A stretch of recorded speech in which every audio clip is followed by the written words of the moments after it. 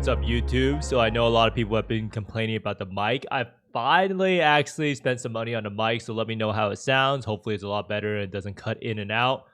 But today's video, I'm pretty much just making it to kind of test out the mic and kind of go look back in history at the worst league ever, because I did see a Reddit post that kind of piqued my interest. I was like, wow, is this how it really was? So one thing I noticed was that this thing got posted. Player retention before and after expedition comparison. Don't know what this means. If it means anything, we're just messing with the graph and saw this difference.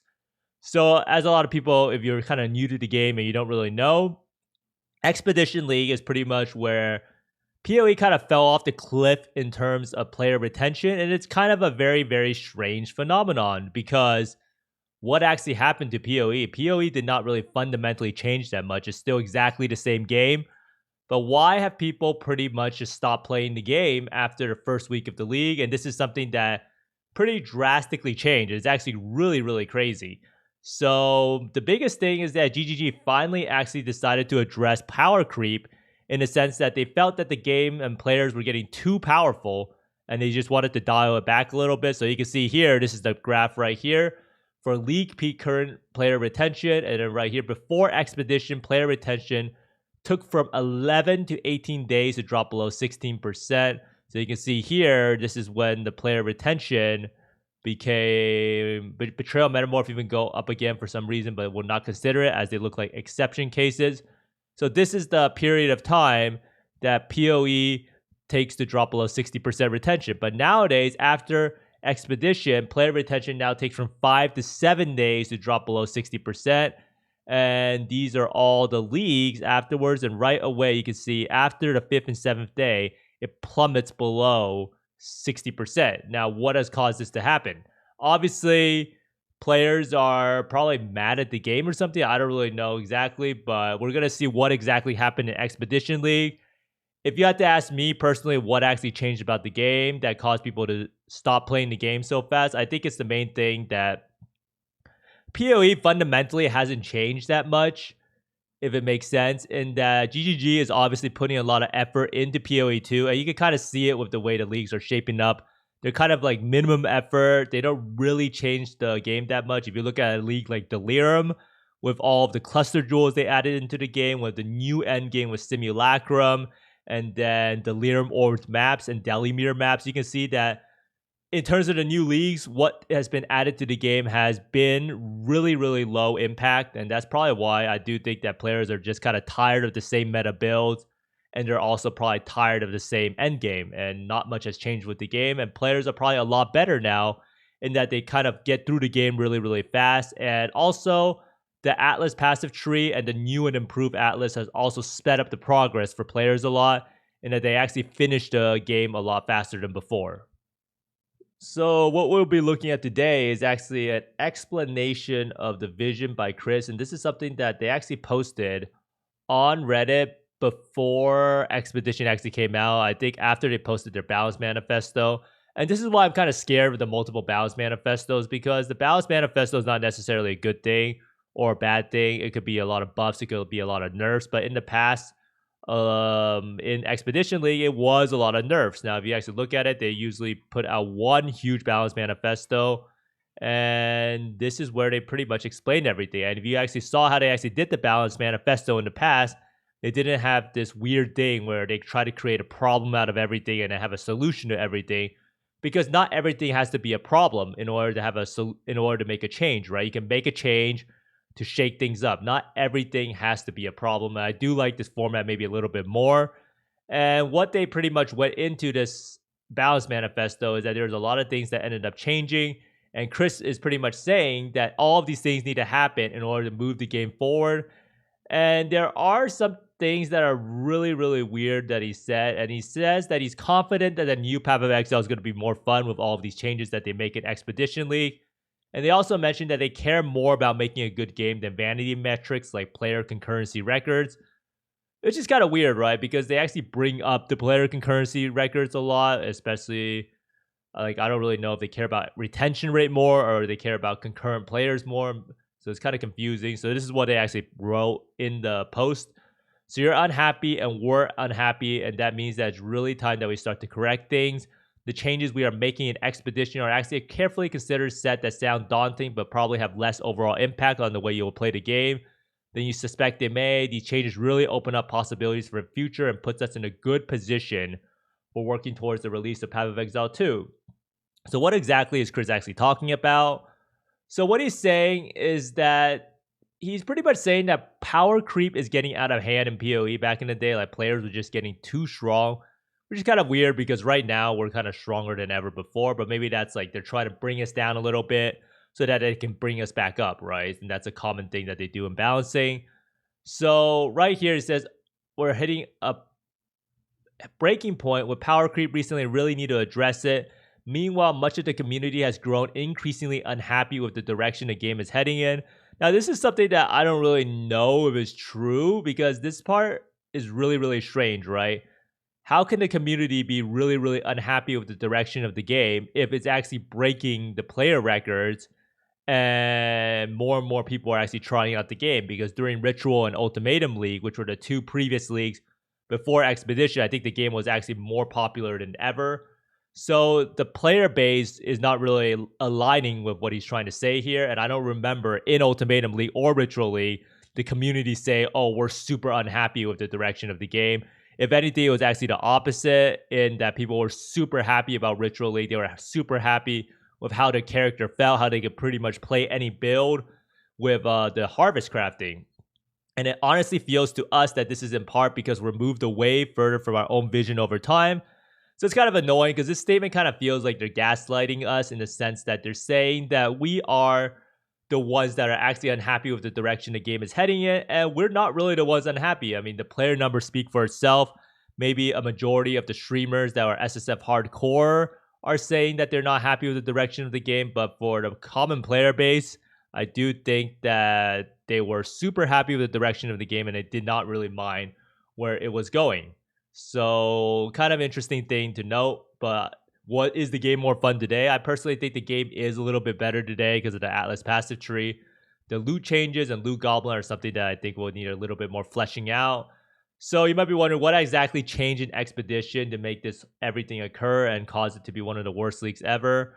I'm actually not really sure. Was Expedition League the one that did the Act 1 changes? I think the Act 1 changes might also have a huge impact on the player base and why the game is unable to have retention. And I do think that a lot of players trying out the game probably just get absolutely butt fucked by the Roas, to be frank, right? I mean, the Mud Flats is actually one of the hardest zones in the game. A lot of the best players try out the game, or not try out, they play the game and they actually die in Mud Flats more than any other zone. Just kind of a weird difficulty curve for starting off the game. Now, Expedition had a few changes, and I'll go over the ones that were the most detrimental or the most hated by the community. The Great Support Gem Reduction led to pretty much like a 50% damage loss for almost every single build, and people were really, really mad. I think they were trying to bring in line some of the worst support gems or the higher support gems. This didn't really pan out. As everyone knows, elemental damage with attacks is still the best support gem. A lot of the same support gems are still the best. So it's kind of like they just wanted to nerf the player damage by a lot. Now, they did the flash system rework, and the flash system is now a lot better than before, so I do have to give them props for this. However, this was actually horribly done at the start. Like, we couldn't actually get ailment immunity and CB immunity, and it was actually like horrible. Nowadays, you think you get 4 seconds of immunity. At the start, it was 1 second of immunity, and it was just a disaster, and players were not having a good time. And with that same vein, they also went into player ailment mitigation. It was too easy to get ailment and curse immunity, so they went away from that. So it was really hard. So people just had a horrible time. They were getting frozen, they were getting chilled, they were getting shocked, and they were getting cursed. Now, this is the one change that probably really alienated a lot of the hardcore community and players in general, was that they decided that they wanted to nerf the movement creep in the game. So they nerfed Flame Dash by a lot. They increased the cooldown. They reduced the cooldown recovery. And his Smoke Mine also got completely gutted. Instead of giving like a 5-second burst of speed, I think it went down to 1 second. And it also had a cooldown attached to it that was longer. And this was a huge change because for a lot of builds, like bow builds, a lot of people would just spam Smoke Mine. They would have Detonate Mine on left click, throw out Smoke Mine, then they would run super fast. And this led to the game feeling a lot slower paced. People like Tai Killer, who was doing like a lot of speed runs in the past, pretty much just stopped playing the game. I'm pretty sure he went to play Diablo because he hated how slow the game felt with these movement skill nerfs. And Arcane Surge was also destroyed. I know a lot of people actually really enjoyed Archmage builds. It was a really fun archetype that balanced defensives with offensive.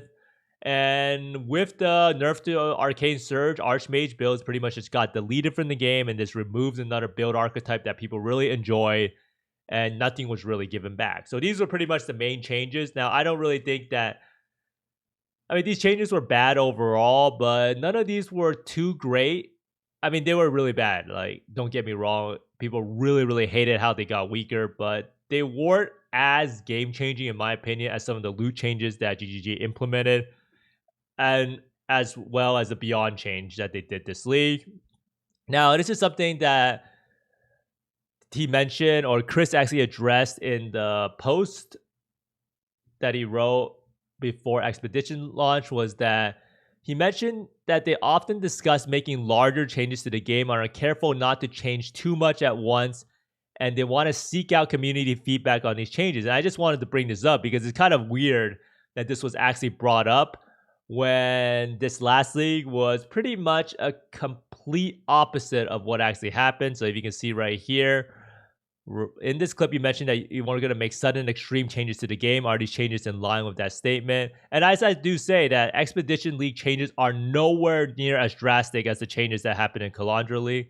So let's go see if we can actually hear what he said here. There was a patch too, the Marvel Heroes game a number of years ago, where they were upset at the insane movement speeds that some characters managed to achieve, and so they fixed it, and that was perceived negatively by the community. And we're very careful about having the same reaction. We don't want to upset existing players, but we don't want to solve the problem, so we'll do it in the most careful way we can, and probably communicate it, right? This isn't going to be a sudden patch, oh, by the way, the game's bad now. Yes. It's going to be something where we say, we're considering the following changes, do you have any thoughts about it? And we'll listen to the hatred and the angry Reddit threads, and then try to take into account and, you know, test it. Maybe PoE 2 is an opportunity then to make some significant changes that might be like a little bit abrasive. A few of them. But we have to be careful because we do not want the situation where PoE 2 comes out and forces a bad game on people. So it seems like they're actually doing some of the changes right now, right? So kind of interesting about how they say they want to make these drastic changes, yet they go ahead and make these drastic changes in Calandra League. And they definitely know that they don't want to make changes that are too drastic, as it could potentially destroy their game, as they put it, as what happened to Marvel Heroes. So maybe it was a communication issue or something like that, but I don't really know what exactly happened. So the one thing that they have promised throughout the time, and this was in Expedition League, was they promised to continue to improve the process and welcome any feedback about how we can make changes to Path of Exile in a way that is better understood and less upsetting to players. And frankly, I believe they failed this goal, especially with how Calandra launched. So that's why it's hard for people to believe what they say anymore, right? So people are pretty apprehensive when they say, oh, we want to use these balance manifestos to provide better communication with the player base. And that's just kind of a sad thing, that when you have the player base losing trust with the game developers, that is actually probably one of the worst parts about it. And this is something that I think that they are getting a little bit better at. And this, why not make content that is harder instead of nerfing players? Like, you could technically make like maps that are harder or higher tier maps, and instead of nerfing players, and players will probably be a lot more satisfied. There's really no huge difference between nerfing top end damage by 50% and then, or making like harder maps or harder bosses that require you to have more damage, right? It does create a perception of certain builds not being viable, and that's something else I wanted to talk about in a later video, was how I think Ubers are actually killing build diversity, in the sense that a lot of people are judging builds by, oh, my build can't do Ubers, my build sucks, right? Or that build's just not viable. It's kind of a toxic mindset that has gripped PoE.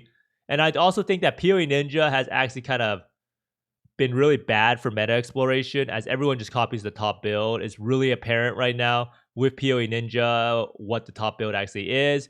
And the movement skill nerf is one of my most hated nerfs. Amount of times I've died to Flame Dash, that it actually shares a cooldown with Withering Step, is actually awful. I think before the Flame Dash changes or the Smoke Mine changes, it was a lot better, but the movement skill actually made the game feel so much slower paced. Now, another thing that Chris brought up in here that a lot of people don't really remember is that he mentioned that Ultimatum League actually had pretty poor retention, and he gave the reasoning behind it was that it was too spammy with the rewards. So they go ahead and release a league like Kalandra, which is probably like the exact opposite in that it's actually really not spammy with the rewards. And you could even argue that Kalandra League had really bad rewards. And they did believe that Ultimatum League had really bad retention, right? So we actually just uncheck all of these leagues real fast and only do... Oh wait, this is not even retention. So we actually only leave Ultimatum League and Kalandra. At this point, you could say if Ultimatum League had bad retention, according to GGG, what is going on with Kalandra League, right? Now, the funny thing is that a lot of people do bring up, oh, PoE is so dead right now. Look at the Twitch numbers, and I do see the Reddit posts about that. The sad fact is that PoE is not a game that you can currently play for like 2 to 3 months straight. No matter what, by the last days or like 2 months into the league, the game is always that bad. So yeah, the game has bad retention at the start, but at 60 days into the league, it doesn't really matter. No one is going to be really playing the league anymore. So as you can see, like right now, like the retention is not really that much different between Ultimatum and Kalandra. But early on, man, it is a huge difference, right? That's a 25% difference. So if they think that Ultimatum had bad retention, what about Kalandra? But thanks for watching, everyone. Let me know down in the comments below if you think the game has gotten better since Expedition League. I do really like the Atlas passive tree. I think it allows for a lot of people to be able to choose the play style, and I do think that the flash changes were really amazing. But let me know down in the comments below what you think about the whole game, the current situation, and whether you think the Balance Manifesto will have a lot of nerfs or buffs. But thanks for watching, everyone. I hope you find more mirrors, exalted orbs, and divines than me, and see you next time. Bye!